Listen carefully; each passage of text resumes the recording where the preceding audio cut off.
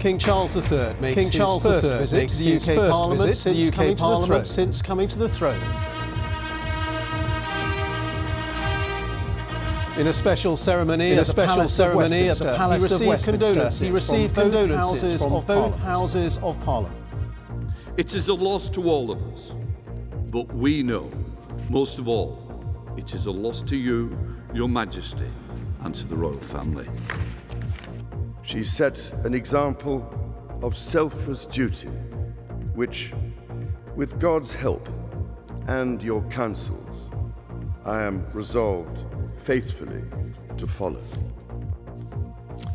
Well, from Westminster, the King is flying to Scotland, where he will lead a procession up Edinburgh's Royal Mile behind the Queen's coffin.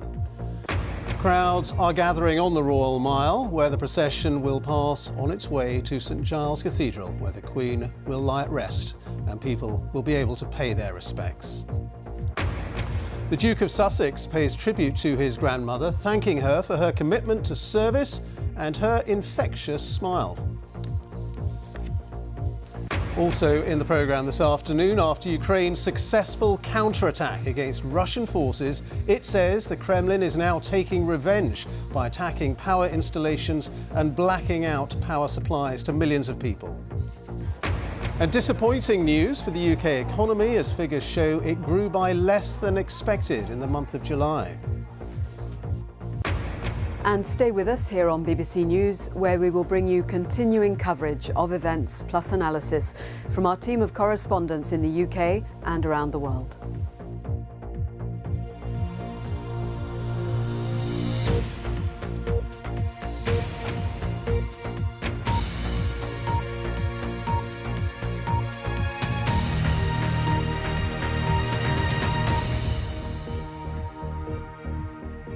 Good afternoon. King Charles has visited the UK Parliament this morning for the first time since taking the throne. Along with the Queen Consort, the King heard messages of condolence from both houses in the ancient Westminster Hall before then delivering his response.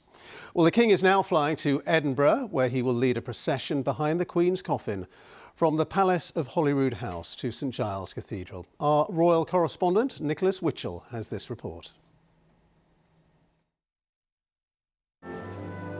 To Westminster Hall, the ancient building which has been at the centre of British history for 1,000 years. The setting over the centuries for moments of national significance, for celebration and sorrow. And it was here in 2012 that Queen Elizabeth made her last address to the joint houses of the British Parliament during her Diamond Jubilee. She spoke of the continuity of British history and the importance of duty. I have been privileged to witness some of that history, and with the support of my family, rededicate myself to the service of our great country and its people, now and in the years to come. Within Westminster Hall today, MPs from the House of Commons and peers from the House of Lords gathered amid the trappings of the British state to mourn a past monarch and to greet a new one.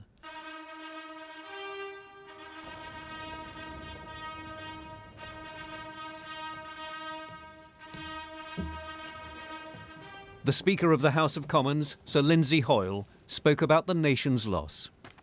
It is a loss to all of us, but we know, most of all, it is a loss to you, Your Majesty, and to the royal family. The King spoke of his new responsibilities. As I stand before you today, I cannot help but feel the weight of history which surrounds us and which reminds us of the vital parliamentary traditions to which members of both houses dedicate yourselves with such personal commitment for the betterment of us all. Parliament is the living and breathing instrument of our democracy. That your traditions are ancient, we see in the construction of this great hall, and the reminders of medieval predecessors of the office to which I have been called. My lords and members of the House of Commons, we gather today in remembrance of the remarkable span of the Queen's dedicated service to her nations and peoples. While very young, Her late Majesty pledged herself to serve her country and her people, and to maintain the precious principles of constitutional government which lie at the heart of our nation. This vow she kept with unsurpassed devotion. She set an example of selfless duty, which, with God's help and your counsels, I am resolved faithfully to follow.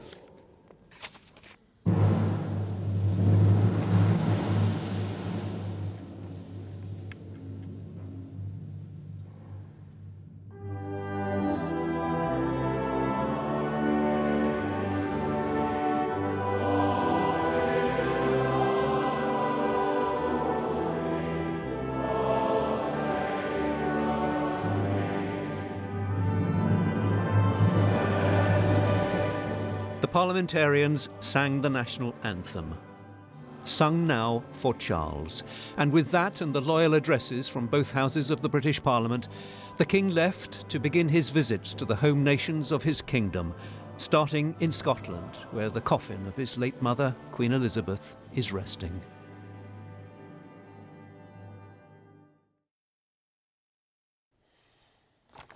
Well, Nick Witchell joins me now here in the studio. Nick, what was the constitutional significance of today's appearance by King Charles before both Houses of Parliament?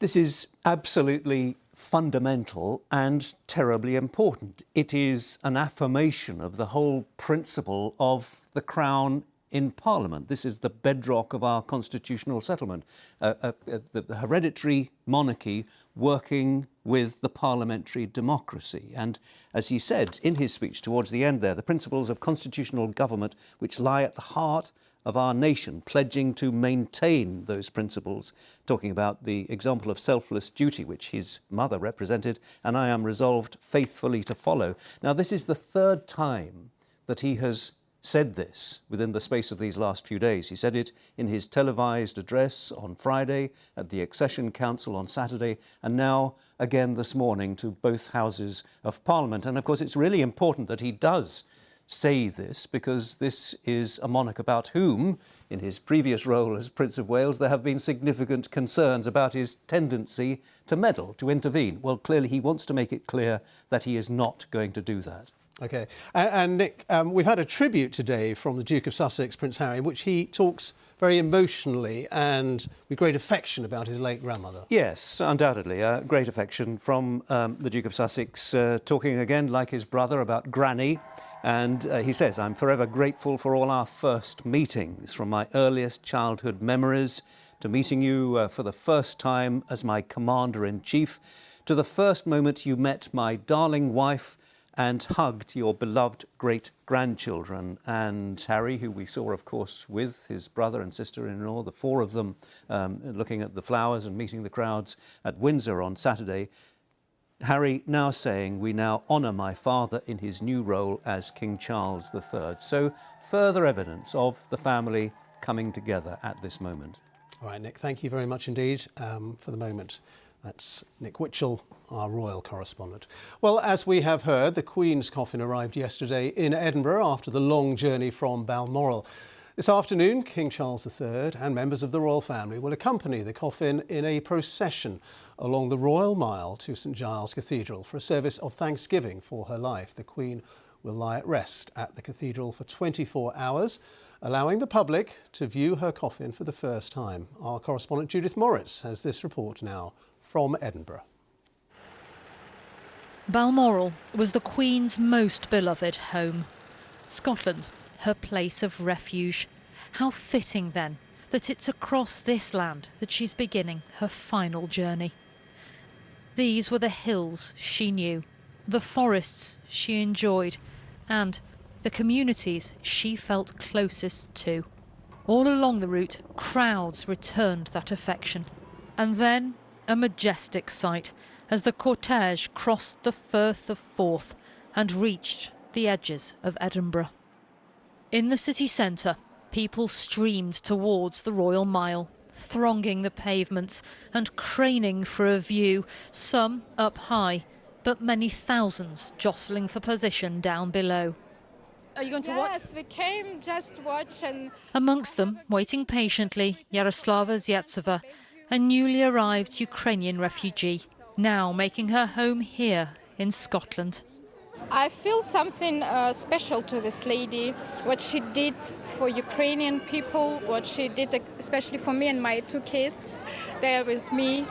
I'm very thankful from my heart, really, for this opportunity to be in here for Her Majesty. And then the cortege appeared, threading its way over cobbled streets, as people showed their appreciation and, as is the modern way, recorded the experience for themselves until the procession moved past and out of sight. I think the clapping signified her glory of her days. Yeah.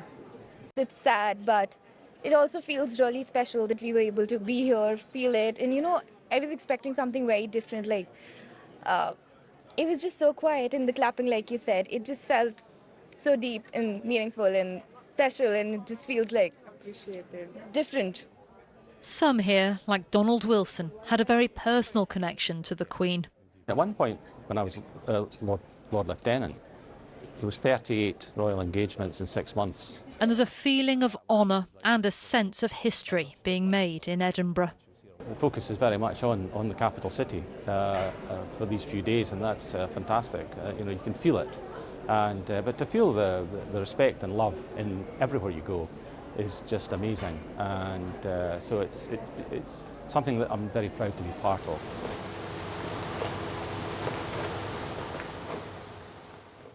At the Palace of Holyroodhouse, the next scene. A coffin carried inside by a bearer party formed by the Royal Regiment of Scotland, past 3 of the Queen's children. Overnight at the monarch's official Scottish residence, the coffin lay in the throne room, and today it will be taken onwards again.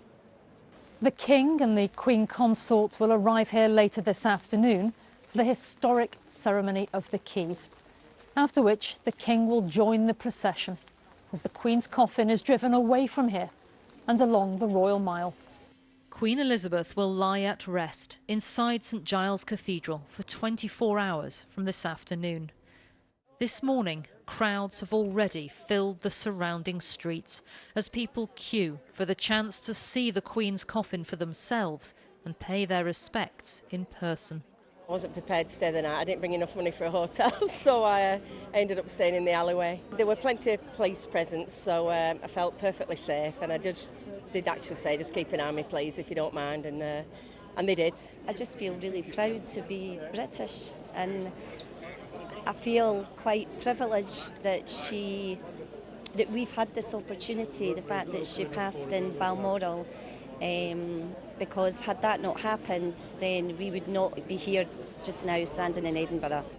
This afternoon there'll be a service of prayer and reflection at St Giles, and later the King and other members of the royal family will stand vigil in personal tribute to the Queen.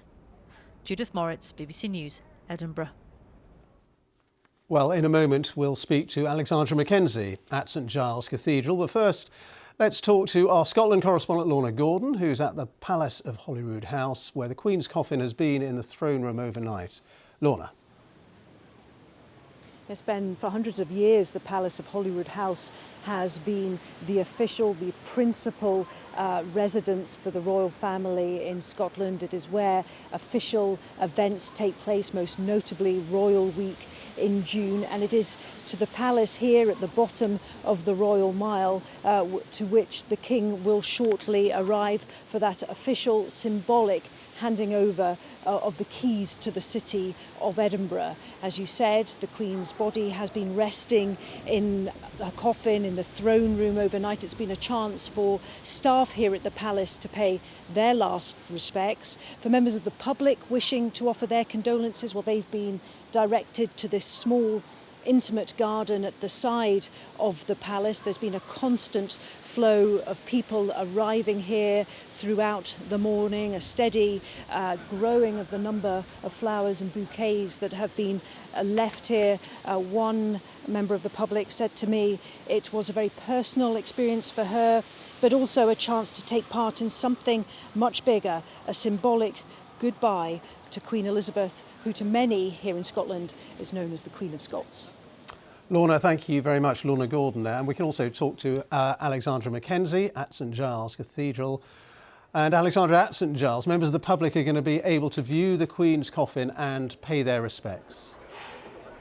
Yes, that's right, and people have been gathering here since first thing this morning, before it was even light. Some people were here overnight. I'm not sure how many there are, but all I can see is just a sea of people all the way down the Royal Mile. People have come from all over Scotland, people have come from further afield, and also, you know, they're hoping to catch a glimpse of the coffin of the late Queen Elizabeth as it comes up from the palace all the way up the Royal Mile to St Giles Cathedral. They also want to see the new King, King Charles III, for the very first time. And the royal procession will go into St Giles behind me for that service. It will be conducted by the Minister, the Reverend Colin MacLeod. Psalms will be sung. There will be a Gaelic psalm, Psalm 118. That will be sung by Karen Matheson. And also Psalm 23, The Lord My Shepherd, will be sung. And the First Minister will give a reading. She paid tribute today. She described the Queen as the anchor of the nation. Queen Elizabeth, the Queen of Scots. Alexandra, thank you very much. Alexandra Mackenzie there for us at St Giles Cathedral.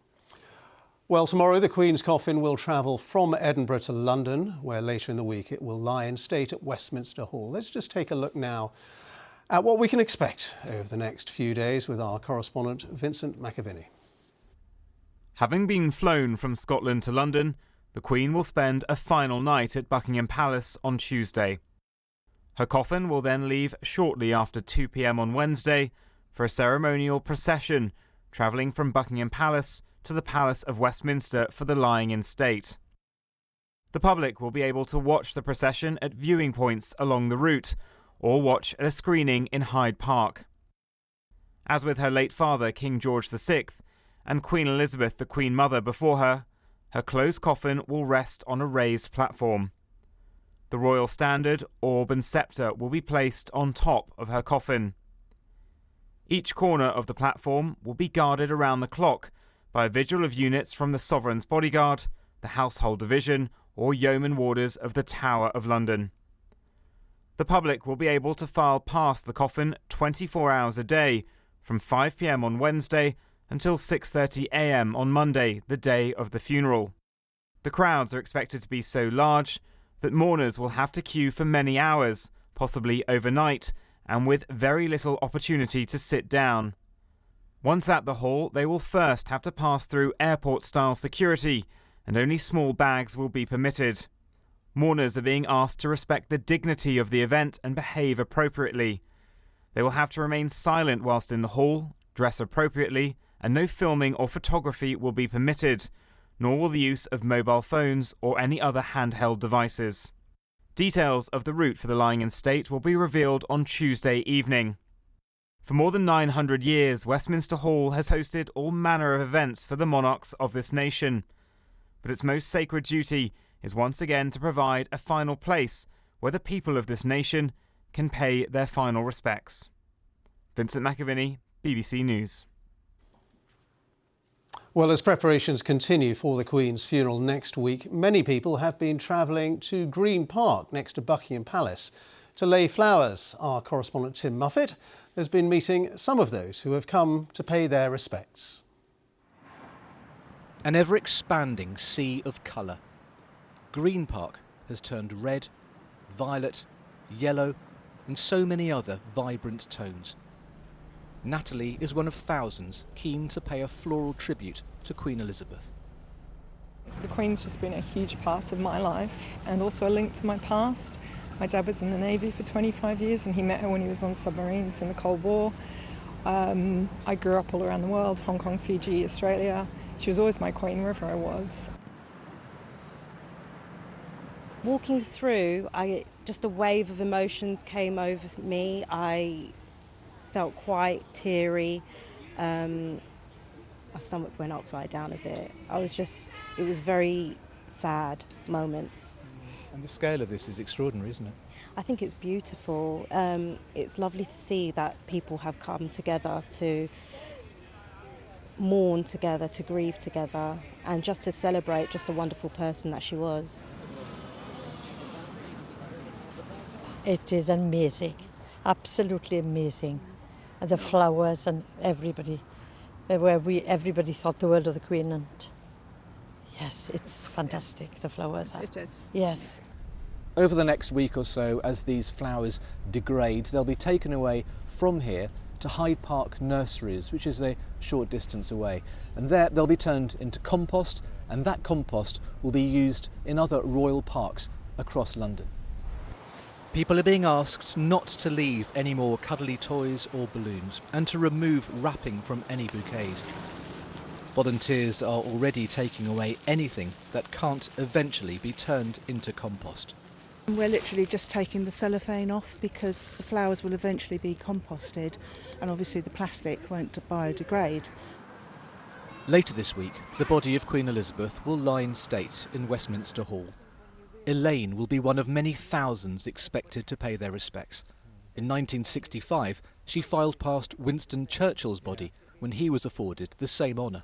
My mother made me queue, and my little sister, and we kept saying, Mum, we want to go home, we want to go. We were so tiny, but now I appreciate why my parents brought me to see him, because he was a legend in their life, as she is in my life. Just feel I want these memories, and I think someone so special, and what she did for our country and the way she led our country, I just feel I need to do that to represent myself to her. This floral tribute is expected to grow and grow over the coming days. London's Green Park has become a striking symbol of what Queen Elizabeth meant to so many. Tim Muffet, BBC News.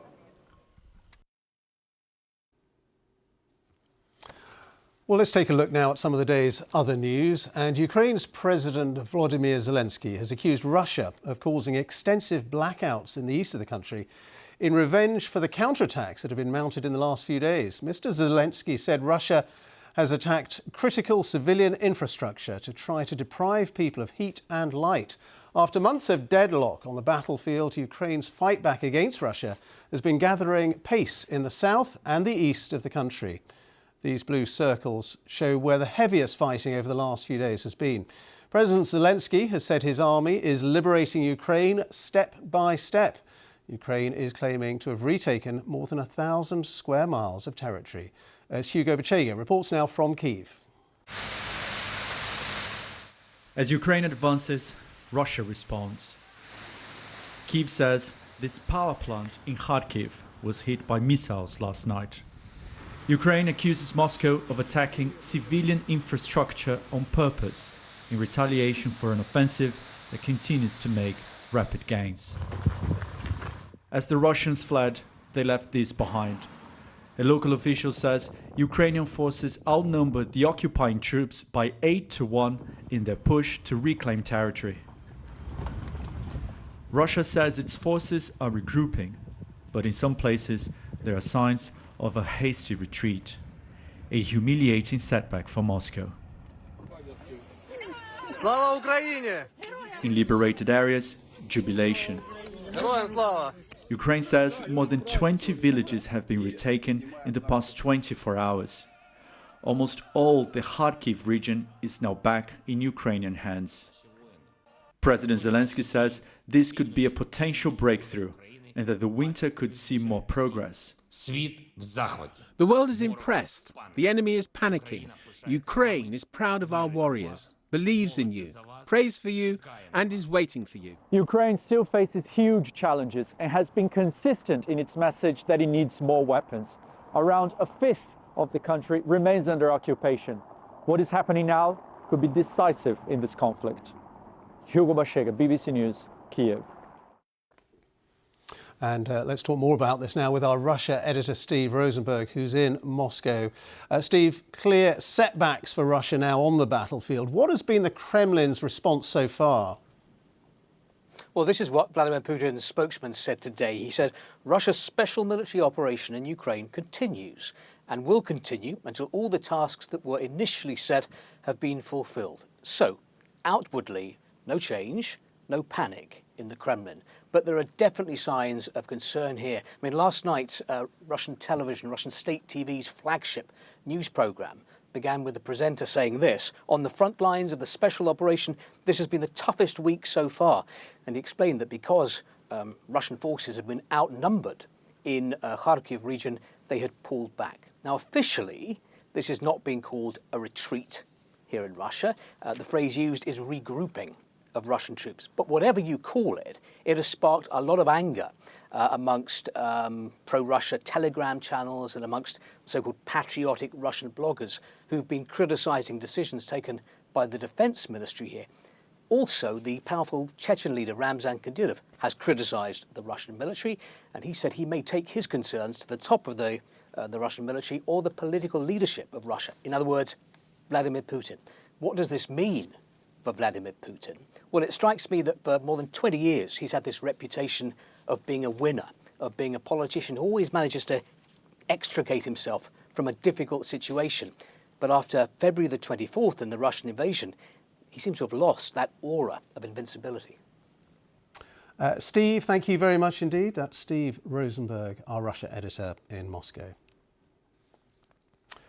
Now, let's just take you to Edinburgh, because the plane carrying King Charles III is just about to come into land there. The King is flying to Edinburgh, where he is going to be leading a procession behind the Queen's coffin from the Palace of Holyroodhouse to St Giles's Cathedral. Earlier on this morning, he visited the UK Parliament for the first time since taking the throne. And along with the Queen Consort, he heard messages of condolence from both houses in the ancient Westminster Hall. Our royal correspondent Nicholas Witchell is with me now, and the King there in his plane coming in to land in Scotland, and the significance of this visit. Yeah, it is very significant, of course, that the Queen should, that the King should be visiting Scotland, given the importance of the position of Scotland and the really rather challenging nature, perhaps, of the relationship between Scotland and the monarchy, given all the uncertainties and the debate about the Union. So it is, of course, appropriate that his first visit, having come down from Balmoral yesterday, should be back to Scotland on this. I think it's not an RAF plane. I think, once again, he's on a private charter aircraft, which is perhaps a little bit curious, but I'm sure that there must be a good reason for that. But it is important to affirm and deepen the relationship insofar as he can between the monarchy and Scotland, because it is going to be, I would imagine, something of a challenging time, given the uncertainties that there are. We know that although the SNP's policy is to favour keeping the monarchy as King of Scots, there are significant voices, of course, within the SNP which would favour a republic. So very important that the King goes to Scotland, and in his programme this afternoon, of course, after the procession to transfer the Queen's coffin from the Palace of Holyroodhouse up to St Giles's Cathedral, in which the King will walk behind the coffin, and then the service of prayer and reflection for the life of the Queen. Later, the King will have an audience with the First Minister, Nicola Sturgeon, and he will attend the Scottish Parliament to receive a motion of condolence, and he will make a reply. So again, an important opportunity for him to talk about the importance of Scotland to him as monarch and the importance of Scotland to the monarchy. And that will, I think, be a significant moment, and they've clearly been giving an awful lot of thought to all of these speeches around the home capitals of the United Kingdom. He will be going on to Northern Ireland and, of course, to Wales. But it is hugely important, I think, that this first visit, this first speech that he will make outside London will be in Edinburgh, and there is a significance to that. And then, of course, the vigil at St Giles's Cathedral this evening. So, again, all very symbolic, but there is a deep significance behind these symbolic events.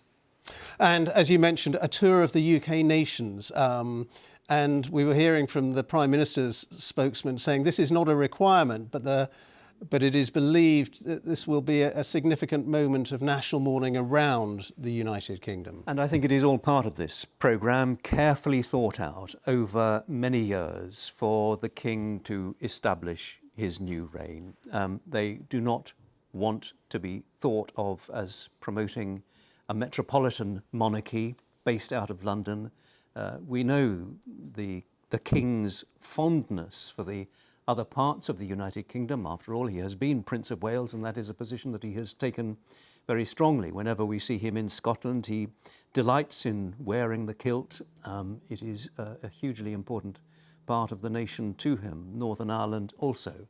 So I think it is really important for the new king to be seen to be getting out of London, to be beginning this tour of the other home nations, and to deepen the relationship insofar as he can between the monarchy and those nations via the speeches that he will be making in each of the national capitals. It's a very busy time, of course, for the king, who, we shouldn't forget, is a son mourning his mother, grieving for his mother. Yeah, he is, well, he's not young. As we know, he's the oldest person to inherit the throne. He is 73, but according to people who know him, he is full of energy. It will be quite tiring both for him and for the Queen Consort, who perhaps is not quite as used and as disciplined in the way of royal protocol or royal requirements as the King is, but he relies hugely on Camilla, on the Queen Consort.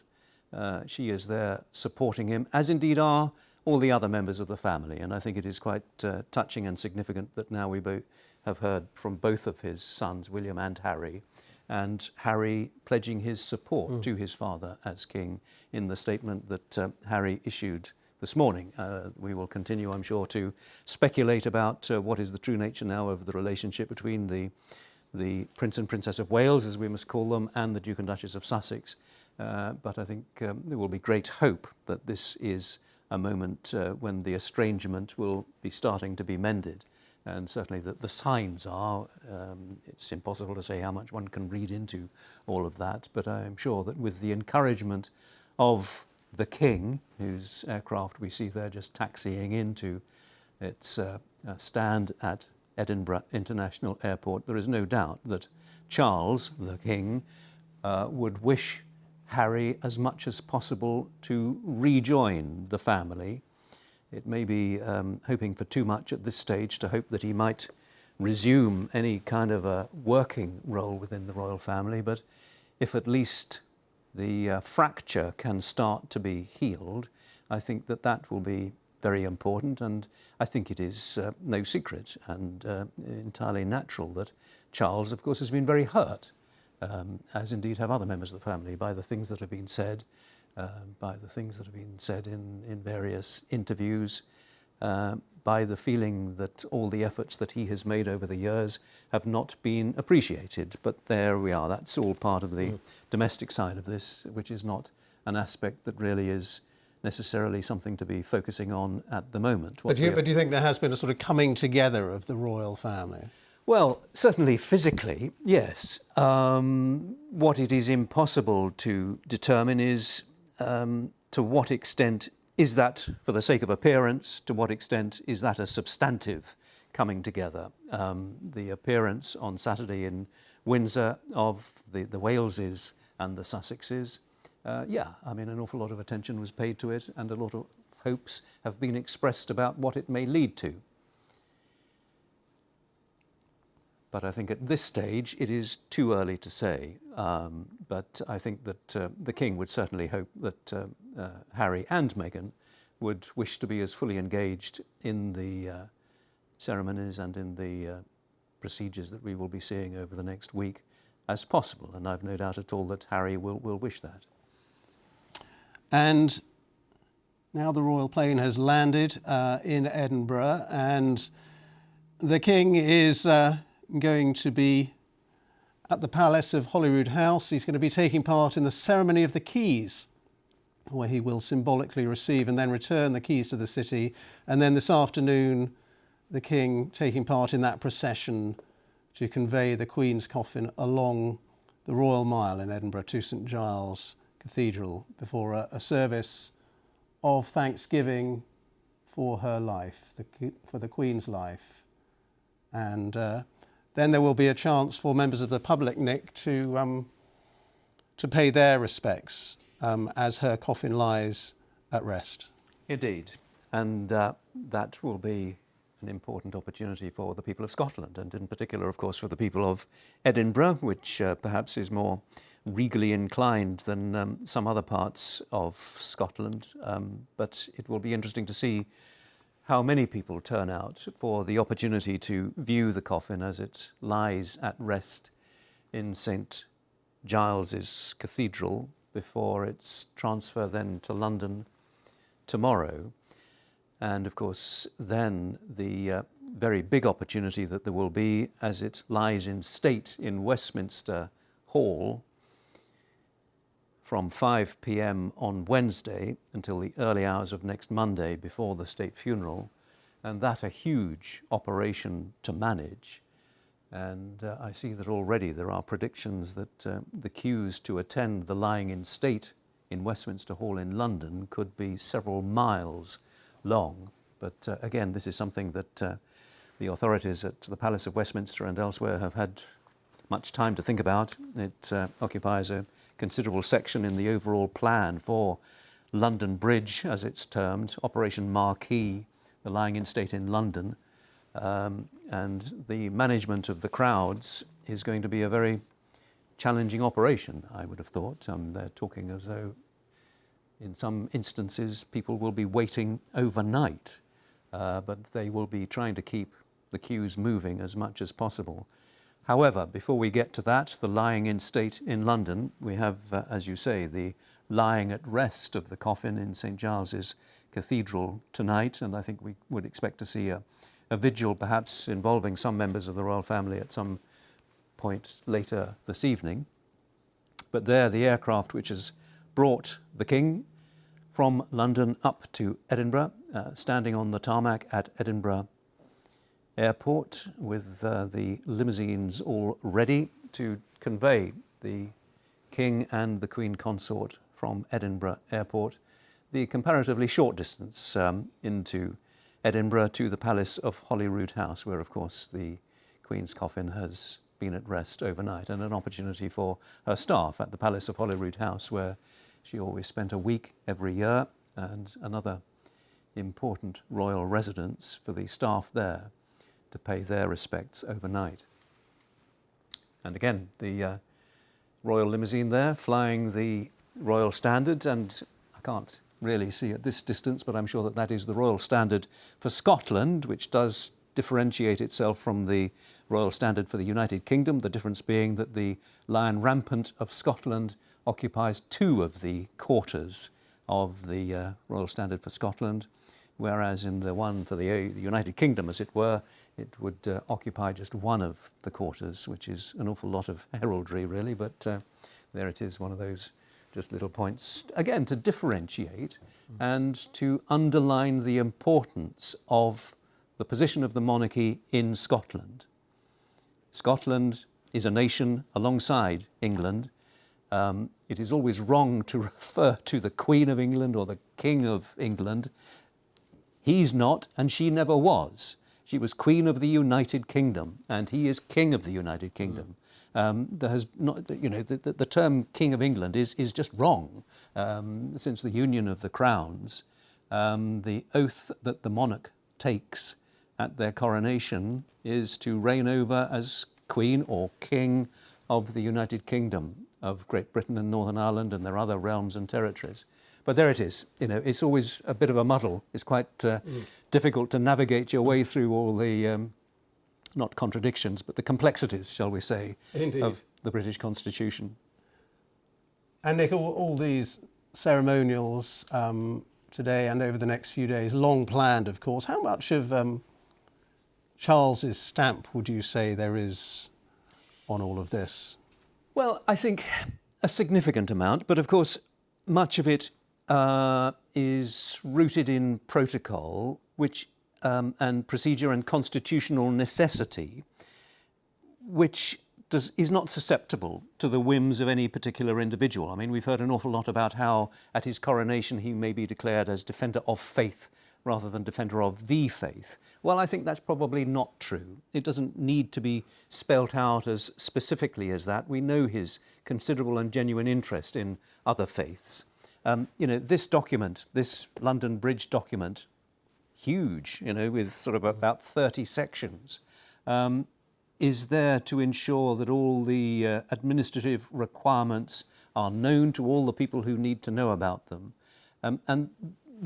These formalities, as I say, are not down to the whim of any one individual. He can stamp his character to an extent on the manner in which he conducts himself as monarch, but within the necessary framework. There he is, just coming now off the aircraft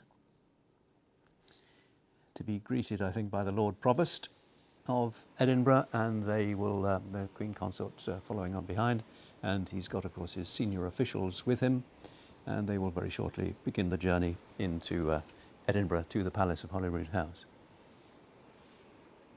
And we know there are many, many people on the streets in Edinburgh who will be hoping to catch a glimpse and maybe hoping for some kind of walkabout from the King? Well, you never know. Yes, and I think as we saw at his arrival at Buckingham Palace on Friday, again, I think it is very important, and he has a natural warmth and I think a natural inclination to meet the people, and there is not perhaps the same reserve that there was in the personality of his mother. And that is something that I think he can use to his advantage. He is an emotional man. I think we saw a hint of emotion, actually, at the address to the Joint Houses of Parliament in Westminster Hall this morning, particularly when all the parliamentarians sang "God Save the King." And we saw him standing there, of course, not singing it, as he has done tens of thousands of times during his time as Prince of Wales, always singing "God Save the Queen." Well, now the parliamentarians were all singing the national anthem for him, and I thought there was a moisture in the eyes there, and it would be entirely, I think, understandable if there was. So, you know, for him, notwithstanding the amount of time, the number of years that he's had to think about this, now it's reality. Now there are moments which will catch him and engage his emotions. And I'm sure that that was one of them, and there will be many more over the next week, up to and including the state funeral, and indeed in the days after that. So there is the King's vehicle driving him away from Edinburgh Airport to the Palace of Holyroodhouse, and he will, Nick, then be following his mother's coffin in that procession along the Royal Mile of Edinburgh. Yes, and I think it was the Royal Standard of Scotland again. We had a closer sight of it as the vehicle went past, and that is what you would expect, and they're not going to trip up on something like that. But indeed, they will go to the Palace of Holyroodhouse, and then a little later they will, as you say, the procession from the Palace of Holyroodhouse up the Royal Mile to St Giles Cathedral, with the King and other male members of the family and the household walking behind the coffin with the Queen Consort and others. And there, the Royal Mile, many people there already for the procession. Not as many as yesterday, but perhaps the numbers will increase. And it is quite a haul up from the Palace of Holyroodhouse up the Royal Mile. Quite a climb, actually, as I recall. A few years, probably, since I've been there. But and it's always a little bit of a problem if you have the cavalry there, because the horses' hooves tend to slip on the cobblestones going up the Royal Mile, and they have to put sand down if there are carriages involved. But on this occasion, there won't be. Yeah. And we saw Nicola Sturgeon, the First Minister of Scotland, amongst the welcoming party there. And you were saying at the beginning about the political significance. Yes, well, Nicola Sturgeon is a supporter of the position of the monarchy in Scotland, and her great ambition, of course, and that of the SNP, is for there to be an independent Scotland, but it would be an independent Scotland that would retain the monarchy. And the view of the SNP is that they would wish the nation to be an independent nation under a monarch who would be King of Scots. But there are, as I said, there are certainly voices within the SNP who do not share that view and who would wish Scotland to become not only an independent nation, but a republic with, I presume, a president.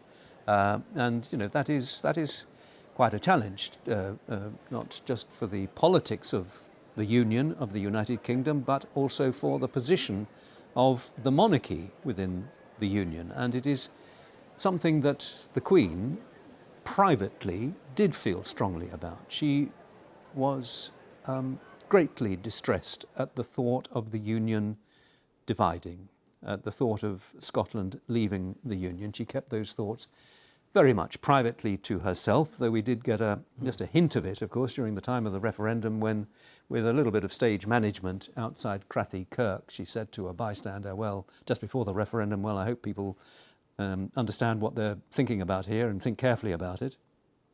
That was as far as she felt able to go as a constitutional monarch, and I'm sure that that was absolutely right. She had, of course, during the Silver Jubilee, been more explicit in the speech that she made to the joint Houses of Parliament, what was then quite a controversial speech and probably the most political speech that she made during her entire reign.